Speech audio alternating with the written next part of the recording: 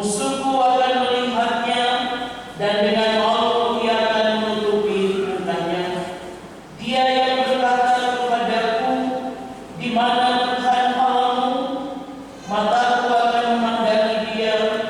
Sekarang ia diinjak-injak seperti lumpur di jalan. Aku datang suatu hari, bahwa pagar tembokmu akan dibangun kembali. Pada hari itulah perbatasanmu akan diperluas. Pada hari itu orang akan menghadap engkau dari Asyur sampai Mesir, dari Mesir sampai Sungai Efrat, dari laut ke laut, dari gunung ke gunung. Tetapi bumi akan menjadi tandus oleh karena penduduknya, sebagian akibat perbuatan mereka. Sampai disinilah pembacaan Alkitab. Pujian kepadamu, ya Yesus Kristus, selama-lamanya. Haleluya.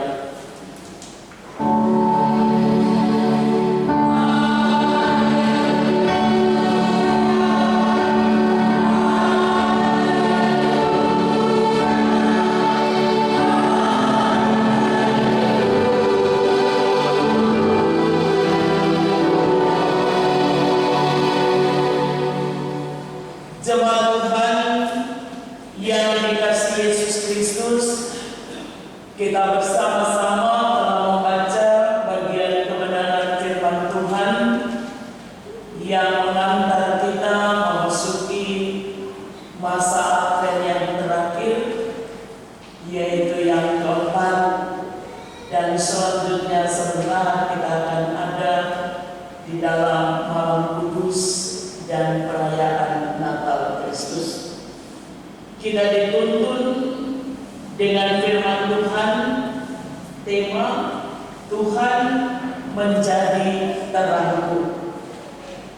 Bagian kebenaran firman Tuhan yang kita telah ikuti pembacaannya di pasal 7. Di sini Nabi Mika dia menggambarkan tentang kehidupan daripada bangsa Israel.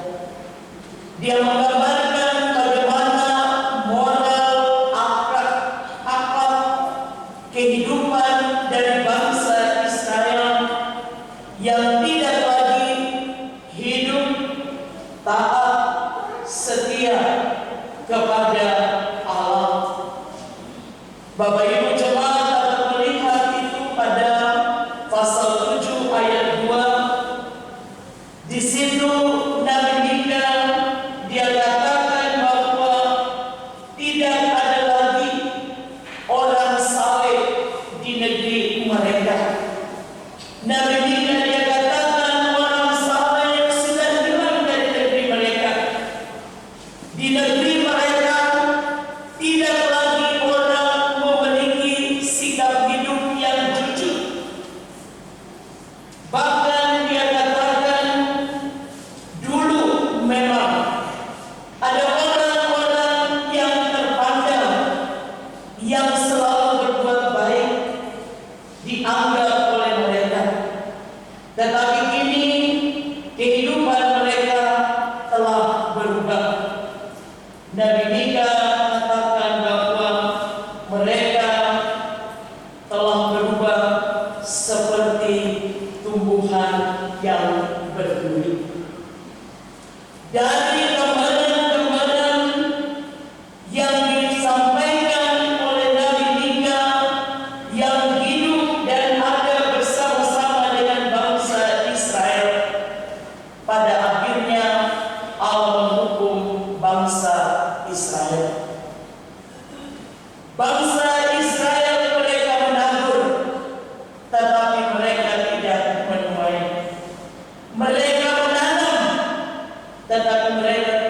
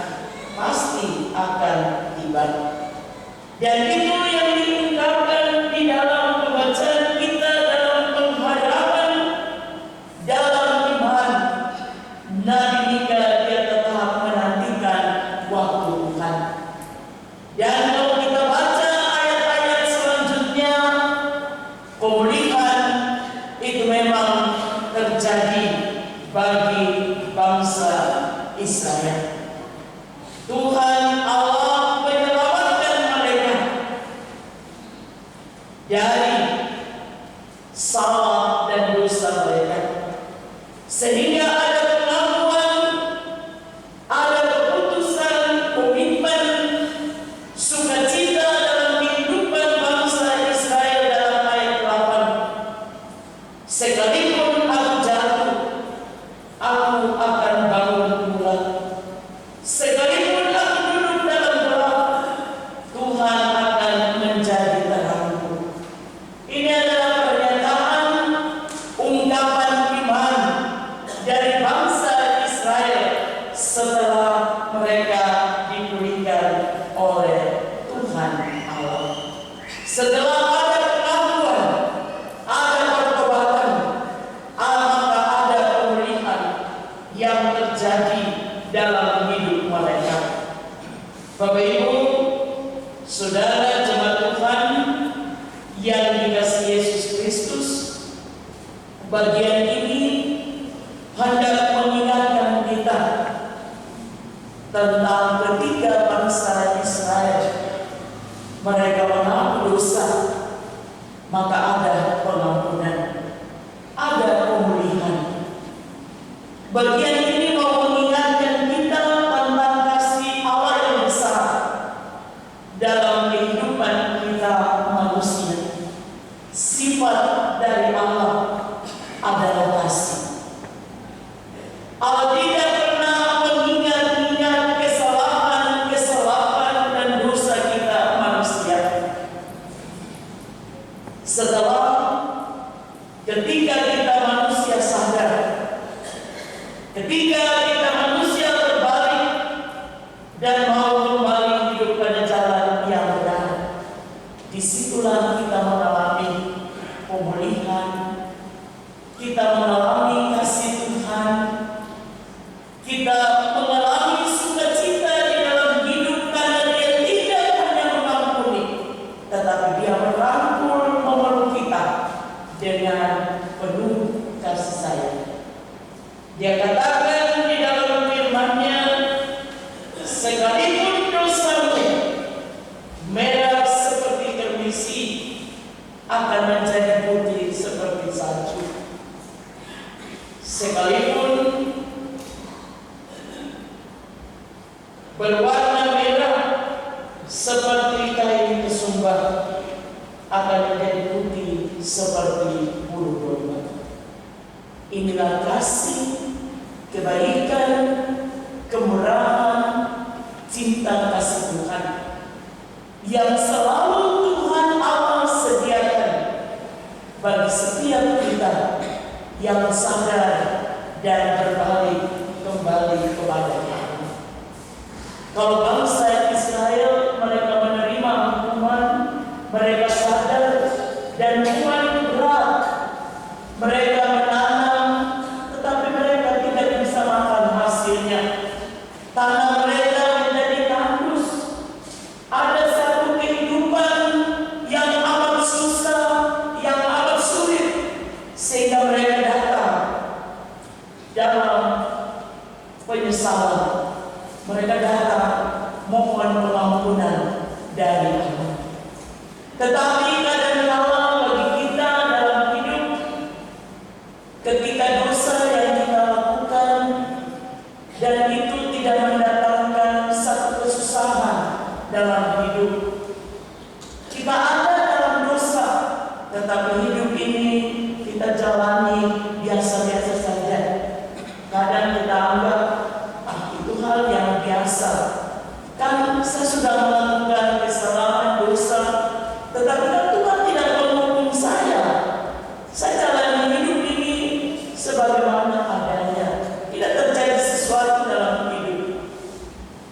Firman Tuhan katakan, kalau segala sesuatu belum terjadi dalam hidup kita, itu berarti anggaplah kesempatan yang Tuhan beri bagi kita untuk berbalik dan kembali. Karena pada akhirnya firman Tuhan katakan, upah dosa adalah maut, kematian yang membinasakan. Orang akan mengaku dosa ketika benar-benar dia mengalami penderitaan yang amat sayang dalam perjalanan Disitulah bertimbul kesadaran, timbul berbagai pernyataan-pernyataan iman dalam keputusan-keputusan seperti dibuat oleh bangsa Israel. Tetapi marilah kita ingat bahwa akibat dari dosa, Allah inkarnasi menjadi manusia. Dan inkarnasi yang Allah lakukan bagi kita manusia itu mahal. Tidak bisa dibayar dengan segala sesuatu yang kita punya dalam hidup ini. Karena itu hanya dilakukan oleh Tuhan Yesus Kristus bagi kita. Oleh karena itu bagian kebenaran firman Tuhan di saat ini mengingatkan kita bersama, janganlah kita anggap dosa itu sebagai hal yang biasa dalam hidup. Tetapi ketika kita ada dalam perbuatan salah dan dosa, berbaliklah dan kembali kepada Allah. Karena Dia siap untuk menerima dan memulihkan kita. Ketika kita bertobat, kembali kepada Tuhan dengan sungguh-sungguh, Dia sanggup untuk menjadikan hidup kita menjadi lebih baik dari hari-hari sebelumnya. Dalam minggu Advent keempat, menjalani masa Advent pertama sampai dengan keempat, Advent adalah penantian. Bagaimana penantian kita di dalam hidup kita? Bagaimana kita telah merenungkan perjalanan kehidupan kita? Apakah kita juga punya kerinduan seperti bangsa Israel? Ada pengakuan kerinduan untuk datang mengaku dosa, melihat kembali perjalanan kehidupan yang telah kita jalani. Apakah kita telah ada pada jalan kebenaran Tuhan? Ataukah kita merasa aku berjalan dalam jalanku sendiri menurut aku, tetapi aku selamat sampai hari ini? Tetapi firman Tuhan menunjukkan kepada kita bahwa jalan yang kita tempuh di dalam perjalanan dengan kemauan dan kehendak pada tujuan kita, kita akan tersesat. Jalan dalam pimpinan Tuhan, kita dalam terang Tuhan, kita akan selamat. Oleh karena itu, kalau kita baca di dalam pasal 7 ayatnya yang ke-14, ada satu kerinduan dari bangsa Israel. Ketika mereka bertobat diberikan oleh Allah, di dalam ayat 14 dalam doa, mereka meminta tindakan pengasihan Allah dalam satu pernyataan, gembalakanlah umatmu dengan tongkatmu. Mengapa bangsa Israel mengatakan dengan tongkatmu? Karena mereka melihat tongkat yang digunakan oleh hamba Tuhan Musa mengantar mereka keluar dari tanah Mesir. Tongkat itu punya kuasa.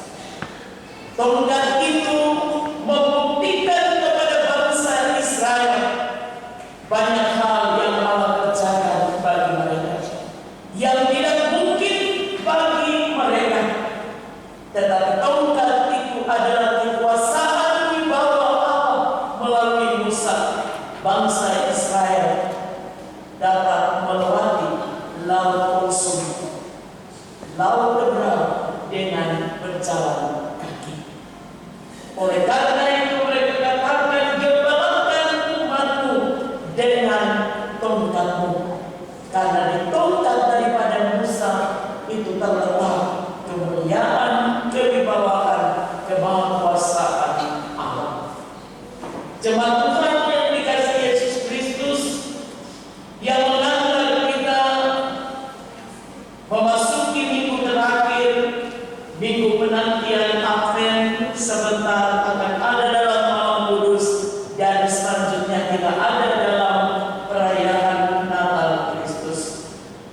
Natal selalu identik dengan lilin.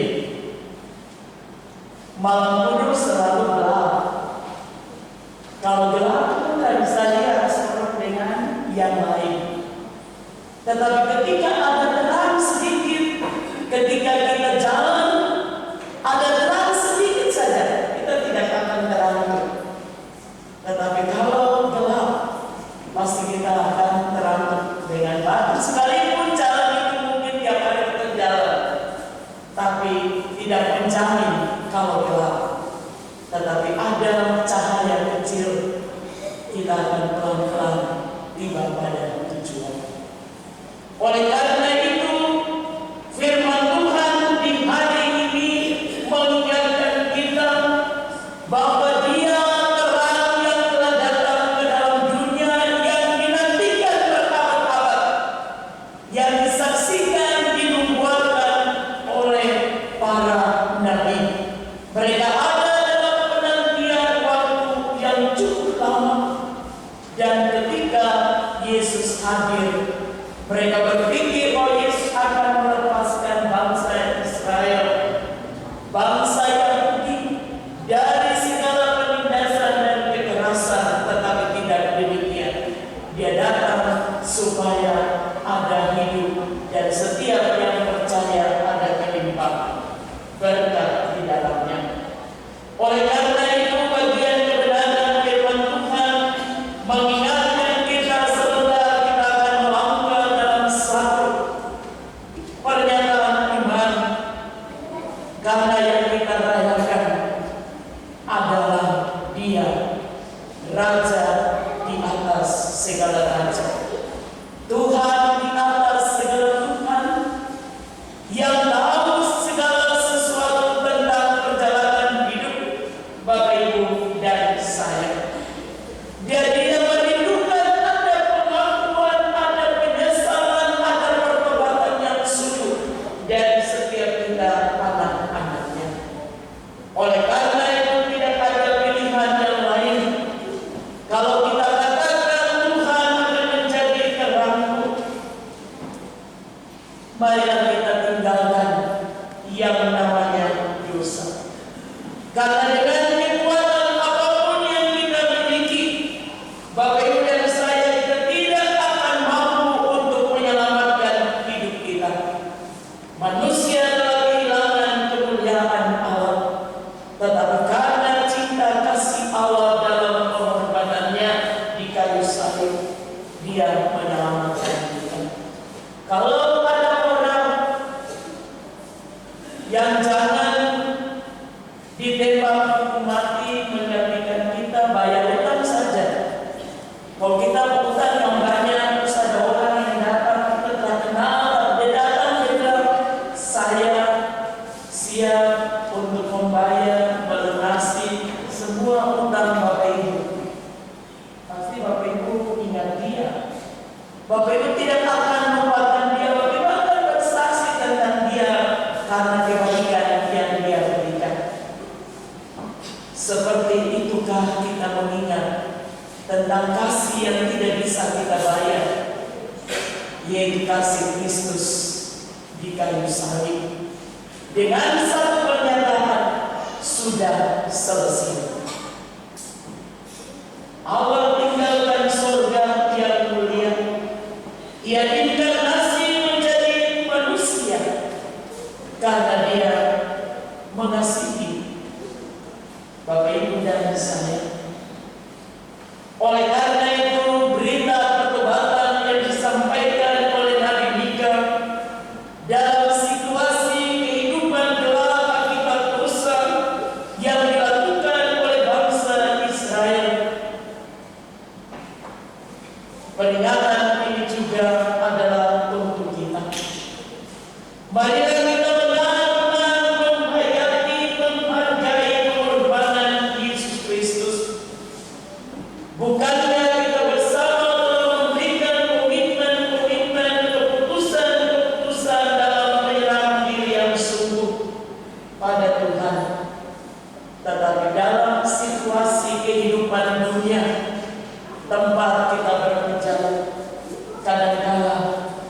kita tidak setia lagi kepada Tuhan, tetapi Dia tetap setia untuk kita sampai hari ini.